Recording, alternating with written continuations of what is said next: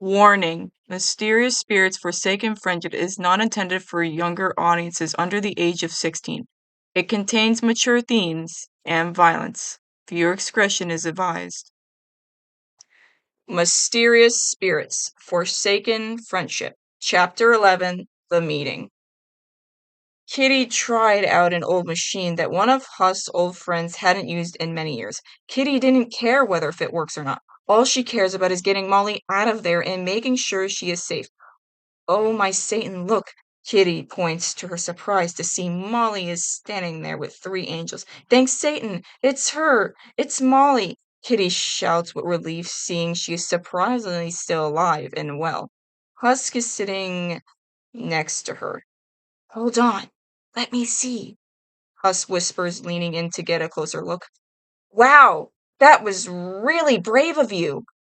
Emily compliments and hugs Molly for a second. I'll say, I never thought you had it in you. Soren smiles at Molly. Now, as for that griffin, Emily turns to see the griffin laying on the clouds, bleeding, and it roars in pain. Feeling sorrow, Emily steps towards the large griffin and gently presses her hands on its wound as her hands begins to glow a bright white color, causing the wound to fade away. "Aw, it was nothing," Molly said as her cheeks begins to turn a light pink as if she has a crush talking to her. "I know you'd do the same for me," Molly said. Soren's eyes look away for a second. He has always been loyal to all the angels in heaven. The thought of him helping a demon makes his stomach turn. Adam and Sarah will both be starting that big meeting soon. Of course, you're our citizen now. Emily smiles at Molly and turns back to the injured griffin. There, there, Emily lightly pets the griffin. I know who you belong to. Just then they all notice Adam come flying through the clouds. Hey, hey, hey, yeah! He shouts, playing his electric guitar. Oh, hey! Adam waves at them. There you are. I've been looking all over for you. Adam shouts. Come on, we all got a meeting to attend to. All right, Adam, but please, you must be more careful on where you keep your griffins next time. Emily said. Agreed, Soren said as he reaches his hand out to Emily. They both smile at one another as their cheeks begin to blush. Emily turns to Molly as they are entering into the building. Come on, Molly, let's get you all cleaned up. Emily waves her hand with a smile as Molly and the griffin follows them from behind. Vince, Aries, and St. Peter are standing inside the meeting room. They have all been waiting for the meeting to start for hours now. Dude, what is taking them so long to begin the meeting? I could be fucking and getting a blowjob from Andrew by now, which doesn't even take that long. Jeez, Aries complains as he crosses his arms. St. Peter just looks at him with concern. He knew Aries didn't have patience and he doesn't like to wait too long. He remembered having anger issues before. He has hoped that Adam and Sarah will be here to start the meeting soon. Bro, what the fuck are you doing? Aries asks, making a cup of soda appear in his hand and he sips it with a straw. Vince has a small mirror out that he's holding. I got to make my presence look fabulous for Sarah. Vince calmly put his hair back, making sure it didn't stick up. Then, with a smirk, St. Peter quickly begins to point out, Hey, look! It's Sarah! It's Sarah! He points with excitement. Wait! Vince suddenly snaps his fingers, causing the mirror to disappear. Sarah Seraphine is here? Vince swiftly looks back and forth, getting into a crouching position, and he notices his pants is falling down, and he tries to pull them up. Then he suddenly falls on the ground, still trying to pull his pants up, as if he was going on his first date. He wiggles back and forth with his face turning red like a cherry. Finch then stops wiggling as St. Peter and Aries laugh at him. It is always fun to tease Vince, St. Peter thought to himself. It is so silly to see how Vince acts every time they say something about Sarah. It makes Vince go wild for her. Dude, we were only just kidding. Aries pats Vince on the back as he still continues giggling as if he saw someone running around in their underwear. Oh man, that was a good one, St. Peter giggles, leaning on Aries' side. Feeling uncomfortable, Aries swiftly forces St. Peter off of him. It makes Aries feel sloppy when others touch him. He lifts a brow at him. Aries doesn't like anyone to touch him unless it is his boyfriend Andrew. Mostly anyone who dares to touch him would be beaten multiple times. Emily, Soren, and Molly are all standing in the main room close to the meeting room. We're finally going to find out what all of this is about. Emily flies around with joy. Oh, I can't wait! Molly smiles, resting her hands on her face for a second. Molly has been waiting for this special moment. He has been dying to know what all of the angels of heaven and spirits of purgatory were going to discuss. Maybe it was about her as the new soul entering here. Maybe it's about God, Earth, or even about the Hasbin Hotel. Emily, Sorn, and Molly were all about to enter, but before they could, Athena lands right in front of them, holding out a spear. She aims it right at Molly. Hey! Emily shouts, making fists. What's the big idea? It irritates Emily when someone stands or bullies her friends like that. She doesn't like seeing others get hurt. Athena's still aiming her spear at Molly, steps closer, getting into her face. For heavenly members only. Sorry, demon. Members on trial may not attend meetings. Athena shouts, guarding the door. Oh. Molly frowns, feeling disappointment. Feeling regret, Emily steps towards Molly and rests her hand on her shoulder. Don't worry, Molly. We'll tell you all about it when we get back. Emily smiles, turning away from her. Aw, thanks, Emily. Have fun. Molly smiles and she sits down on a chair in the waiting room. Lute stands on one of the high ledges. Attention, all angels and spirits. Please hurry over to the meeting room. Adam and Sarah would like to begin. All of the angels and spirits look at one another. Just then, an angel with 6 wings, silver eyes, a white cloud marking on each side of his cheeks. He is dressed in a long white cloak with gems on it, a fancy blue robe with a bow tie, and he has a white halo with 3 diamonds on top. Stands up with narrow eyes. Took them long enough. What's this meeting even about? Then another angel steps in with long black hair, dark black eyes. There is an animal skull on each side of her cheeks. She is dressed in a long black dress with golden edges on it. There is a golden cross on the center of her dress. She has a golden halo with 3 golden diamonds on it with 6 black wings, shouts. Yeah, you gathered us all here without a word of exclamation. What kind of idiots are running heaven? He crosses her arms, feeling annoyed. All of your questions shall be answered. Please go there now. Lute shouts, flying into the meeting room with the angels and other spirits flying and walking from behind. That's strange, Kitty rests a claw on her chin. They were speaking to her and they didn't actually murder her. Kitty lifts a brow. I don't know, but I don't like it. I'm pretty sure she is as good as dead if she stays here any longer. Huss said, feeling nervous. We might be able to get a closer look by moving the portal in front of her, but we've got to be careful. Angels are very strong and clever, Huss suggests. I'm willing to take that chance. Kitty didn't care how terrifying and Hazadorous it will be. All she wants is to retrieve her friend again. You're worse than Angel. Come on, Kitty, Huss suggests. Husk and Kitty kept on watching, trying to place the portal down somewhere until they both suddenly hear a voice. Hey you, you're Charlie's pussycat friend, right? Husk and Kitty both turns to see a female white hellhound standing there. She is wearing a pink skirt with a skull on it. Her eyes are red. She has white fur and hair. She is wearing a red skirt, a black spiked choker. There is red tips on her hair, and she has a red tail with a white tip on her tail. I wouldn't go that way if I were you, the hellhound said. Wait, why? Huss asked, lifting a brow. The hellhound turns towards him. Angels, the hellhound smirks. We know that. That's why we're going. Kitty narrows her eyes. The hellhound looks at her. You don't understand. Lots and lots of angels. More than I've ever seen. And plus, some of the spirits are there too. Apparently, there's some meeting going on or something. I don't know, but it's all very hush hush.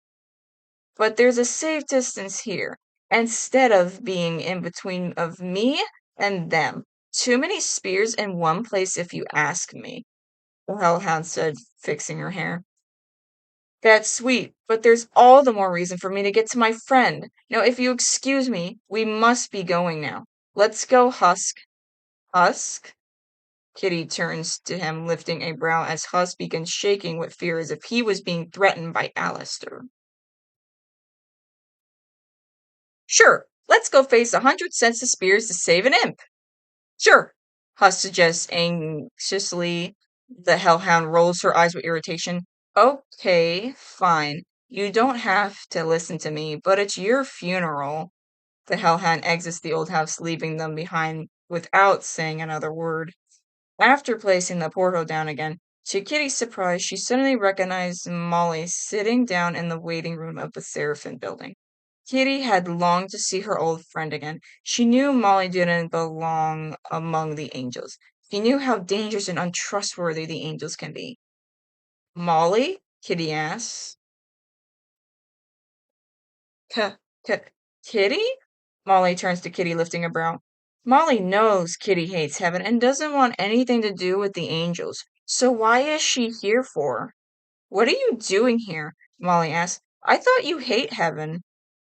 Molly gets up to greet the. Oh, trust me. She does, Huss said. She has definitely made it clear. Huss rolls his eyes, resting his hand on his chin. Now, can we please go?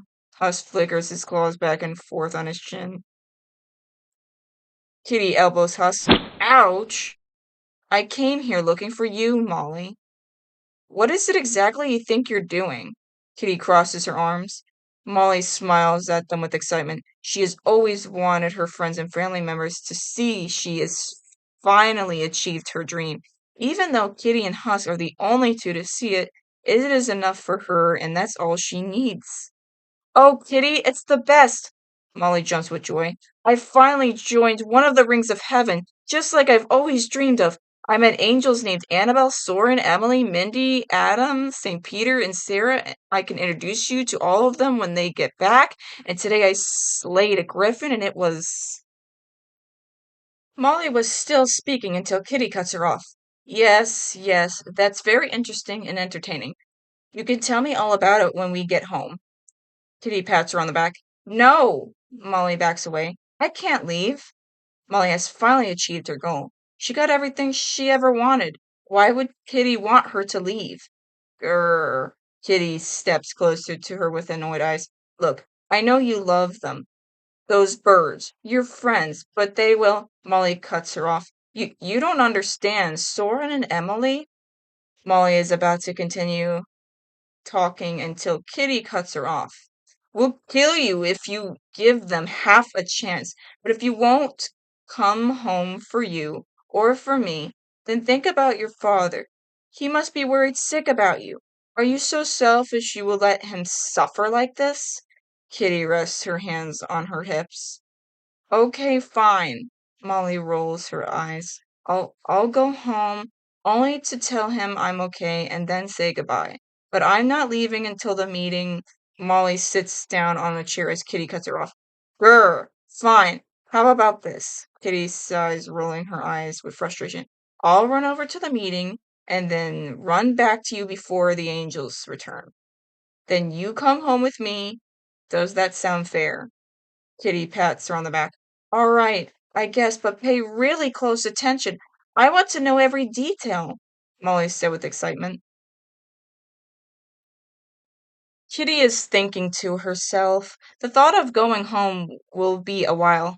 Kitty lives in the greed ring for many years now. It is the only ring that has ever suited her since she is greedy.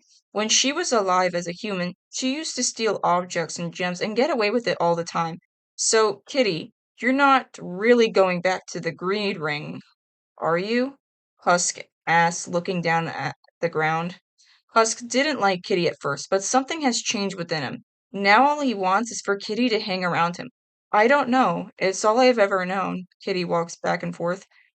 Well, maybe you should think about not going back. Husk hunches as he begins to feel hesitant. Kitty turns to him. But what do you mean? Kitty looks at him with worry, lifting one of her hands. With courage, Husk takes a deep breath.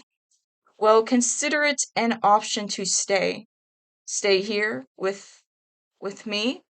Husk begins to feel himself turn warm and his cheeks turn a light pink. He looks as if he has stage fright. We need to be somewhere right now. Can we talk about this later? Kitty asks. Later? Husk smiles at her as his eyes sparkles. He would feel more better to wait until later on to speak to her. Later is great and so much better. We can go on like the conversation never happened. We can talk about the hotel at the bar or something. Husk smiles as his cheeks suddenly turn a light pink. Come on, let's go see what the angels have to say. Kitty smiles as her cheeks turn a light pink. St. Peter, Aries, and Vince are still patiently waiting inside the meeting room. This time they are sitting down on chairs while some of the others are sitting on the high edges. Feeling tedious, Vince rests his feet on top of his bag. Vince is about to fall asleep, but all of a sudden, Vince felt someone's presence walk right by him. With tired eyes, Vince slowly opens and closes his eyes until, with motivation, Vince swiftly flies up off of his chair to see it is Sarah flying by him. Oh my god, Sarah! Hey, Sarah! Sarah turns to him with uncomfortable eyes. She backs away from him as if she was seeing demons.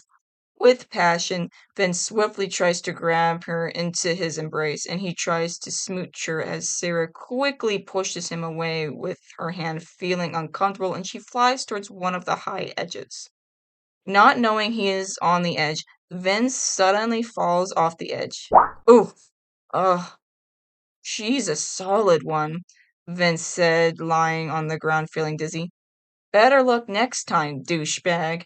Ares waves his fingers, giving a peace sign as St. Peter looks at Vince with concern. Athena, Lou, Marty, and Ruby are sitting down in the back of the room. Marty smirks to himself. He's finally seated with another woman. Now's his big chance. Big turnout, huh? Marty flickers his eyes. I never do this, but I love your scars on your hot and sexy body. They have an unusual natural beauty. Marty leans in closer to Lute. Without feeling emotion, Lute sighs to herself. Are you trying to flirt with me? Lute asks. Ooh, and smart too, Marty said, leaning and flickering his eyes at her. Who are you? Lou asked, still looking towards the high edges. Marty. Marty, the leader of the marvelous motel in all of Purgatory on Earth. A whole world which, by the way, is looking for a queen. Have any interest? What do you say we go into the back door over there and bang each other until the meeting is over, Sugar Plum?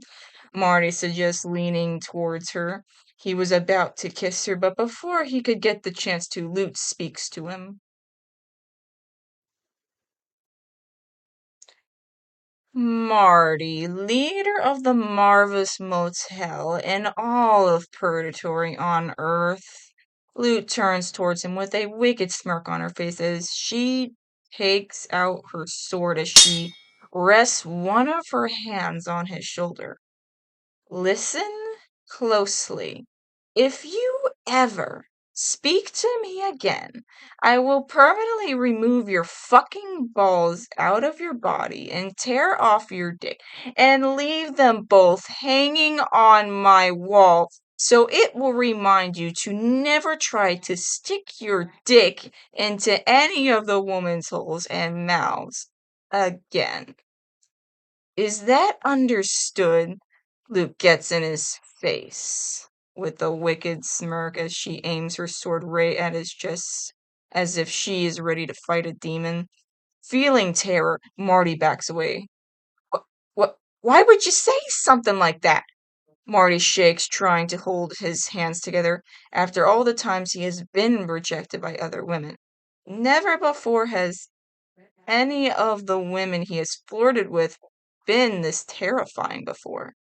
Luke glares at him with deadly looking eyes as if she was going to murder someone. Understood? Understood.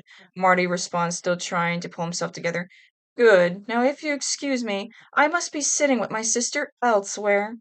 Luke heads over to one of the high edges. Marty slowly turns to Athena. Maybe Lute wasn't a good enough woman for him, but maybe Athena is to him. My, you're looking as beautiful as ever with those lightning bolts on your cheeks. Marty compliments as he leans in, flickering his eyes at her as he slowly tries to reach for Athena's boobs. But before he could, Athena swiftly snatches him by the wrist and quickly flips him over. Don't even try it. Not interested. Athena gets up, leaving him behind to go and sit with her sister, Lute. Marty slouches, feeling heartbroken as he whines.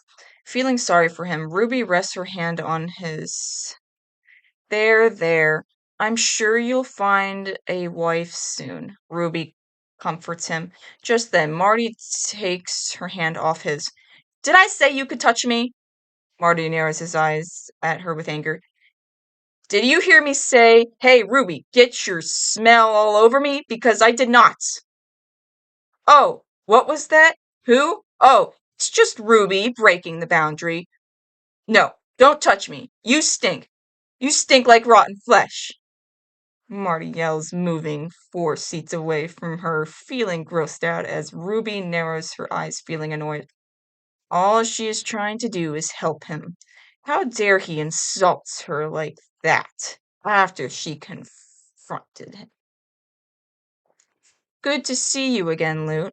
Athena smiles, sitting down next to Lute, putting her spear away, and she sits down. Man's giving you discord again? Athena asks.